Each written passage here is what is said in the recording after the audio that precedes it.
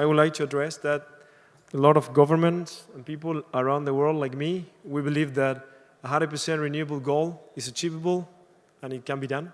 And I think that we need to start thinking that way all over the world and not just let's say, be more aggressive on our goals. But I can understand that country by country, we need to start slowly but surely. And Carlos, sorry for the long presentation, but you know that everybody here has such a CV that I can stay here 2 hours explaining the background of each of you. So now I go with Ernesto Pantangco. I double-checked that the surname was correct. It's not easy to pronounce. I will be sure this time. So Ernesto is the Executive Vice President and Director, Energy Development Corporation. He's also Executive Vice President of First Gen Corporation. Mr. Pantangco has been a Director of EDC since November 2007, and is also the company's Executive VP, as I said. And he's also President and CEO of BPPC and FPPC. Mr. Pantangco has a Bachelor of Science in Mechanical Engineering and a Master in Business Administration from the Asian Institute. Mr. Pantangco, the stage is yours.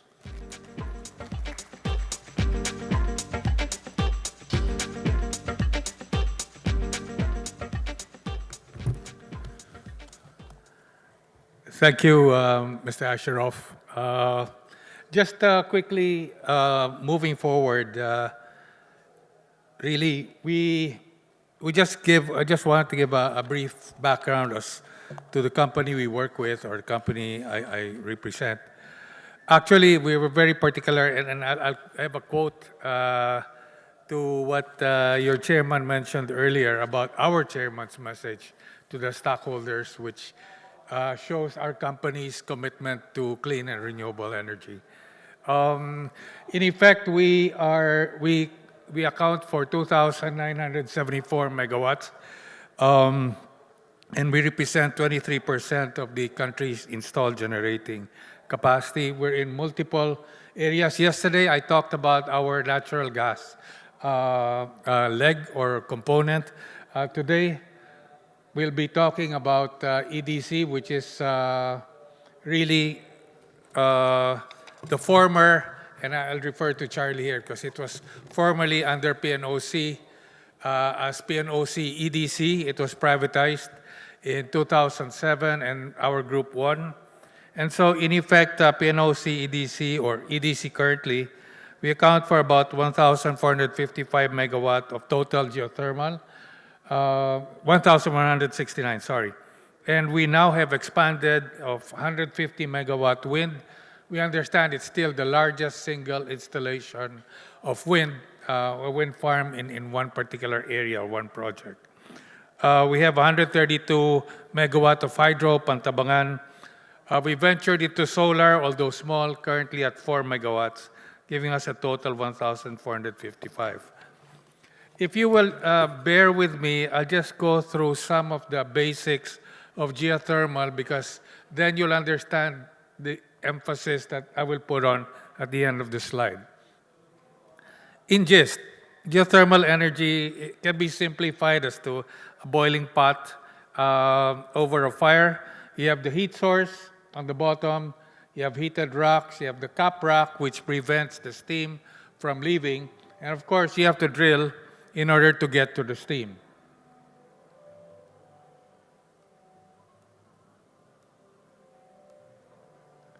This is a representation of the largest facility that we have, which is the Leyte geothermal project.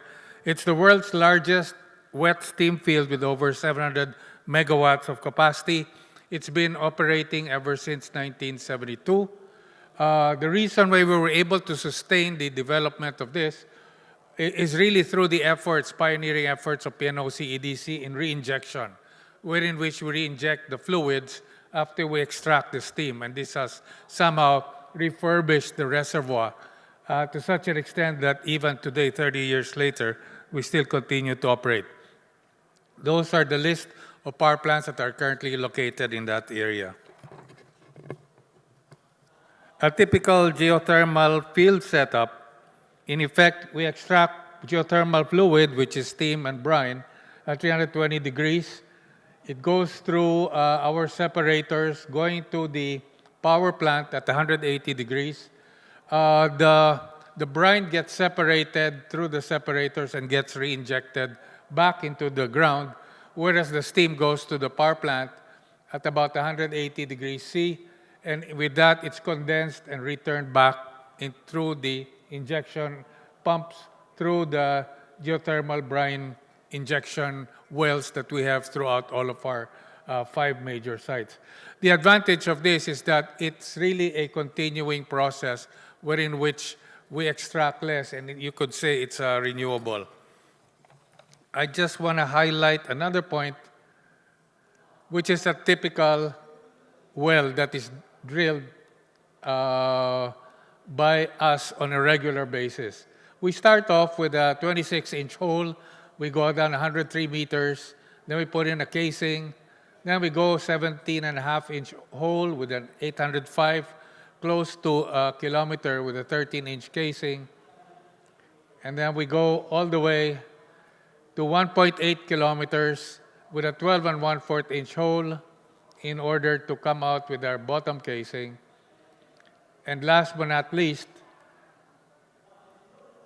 we drill into the rock and hopefully we'll get steam. We're now down to 2.7 kilometers with an 8.5-inch hole. And we put in our slotted liner and casing. The reason why I'm saying this is because all of geothermal fields have a decline in steam capacity. And we have to do this on a regular basis. In our Leyte plant, we have to drill about 3 of these major holes. If you do major holes, a new well, each well will cost close to 450 million pesos. And, And the well could produce 5 megawatts, which is what we've experienced as the maximum, or if something happens, 0, and all of your 450 million pesos goes to waste. There's another one that we do. These are for new wells. The other one that we do is we work over wells. These are wells that have been clogged similar to, we call it calciting, wherein which we have to clear the well, and that accounts for about 250 million pesos, with about 6 or 7 of that every year in each of our sites. Now we go to the energy mix. This is a slide, and I picked this up from a presentation of DOE, but it's not the million tons of energy that's more important. It's really the mix that we're alluding to. And I'd like to borrow Charlie's presentation earlier. Really, if you look at the renewable energy component, geothermal is supposed to account for a big component of the 30% mix. What I'm about to say is a reality, it won't happen. And I'll tell you why. We are currently having difficulties, primarily because we are now, as you know, maybe some basic facts. Geothermal power plants are base load power plants. We operate base load. We have the highest capacity factor, and we've proven this. We operate at 90 to 95% of the time every year. As compared to coal, it has to go down on scheduled maintenance. So our Palimpinon power plant, which we bought from NPC's 97, Palimpinon 1, 96, Mount Apo, 99, 93. So we have very high capacity factors or utilization. However, our major problem today is our fuel supply is specific, is site-specific, and requires major capex as far as drilling and workover is concerned. And that is where we're beginning. Actually, we are already having issues with this, primarily because we cannot compete with coal. Because of the low prices international of coal, what's happened is that the prices have gone down to as low as 320 or 4 pesos per kilowatt hour. I mentioned in my talk yesterday about true cost of coal, but that's a separate discussion altogether. But at 4 pesos, we're finding it very difficult to justify our continuing capex because we're competing with a fuel supply that is available internationally at excess supply versus demand. We are site-specific. We have to drill. We have to provide new wells. We have to work over existing wells and so forth. And that's why our group, and I think it came out today in the issue in Bulletin, wherein which the Secretary Monsada was already thinking about a geothermal feed-in tariff.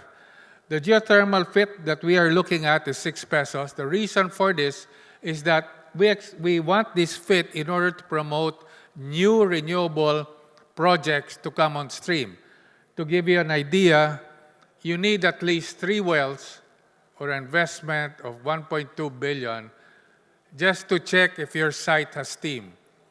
And you could drill 1 well, 2 wells with 800 million, the 3rd well's a dud. So you gotta have another well to be drilled in order to get an idea of whether there's steam. That's on top of the power plant. And in order to have from exploration all the way to commercial operation, it normally takes 6 years. So what we're saying is that we need to provide some form of incentive in order to encourage the entry of new renewable energy people or geothermal players in the field. So that's why we are saying that we will need a feed-in tariff in order to promote new geothermal. However, for existing geothermal fields, that's something that we are working on with government, particularly the regulator, because if you look at the CSB, the competitive selection process, whoever's the cheapest comes in. We cannot compete on that basis, primarily because of the oversupply of coal worldwide. And maybe just to add, I would just like to have a quotation actually to really assist and highlight your chairman's Isarov, I hope I pronounced your name properly, which was the message of our chairman in the First Gen and EDC annual stockholders meeting last week. He mentioned Mr. Fatih Birol, who's the chief economist of the International Energy Agency, and he was featured in the Guardian World Energy Outlook, November 2011, which highlighted a very major point that our group is pushing forth beginning this year. Our concern is climate change is a reality, and unless we do something, we have already been adjudged by the German, there's a group that has indicated that the Philippines is the one that will be the worst hit among, or the most affected among climate change countries. And I'll just quote from his article in The Guardian on the World Energy Outlook. The door is closing. I'm very worried. If we don't change direction now, we will end beyond what he calls the margin of safety, through which the door will be closed forever. In other words, we're approaching, and I can go into the details of this if anybody's interested afterwards, is really that we're hitting the level of CO2 and carbon emissions that is supposed to be the cap, beyond which you cannot change anymore, no matter how many trees you plant, and so forth and so on. We're close to reaching that cap, and we're concerned. Our company is concerned that if we reach that cap, then we'll experience similar to what our plant experienced in Leyte when we got wiped out by Yolanda, when we wiped out 600. Okay, with that, thank you very much.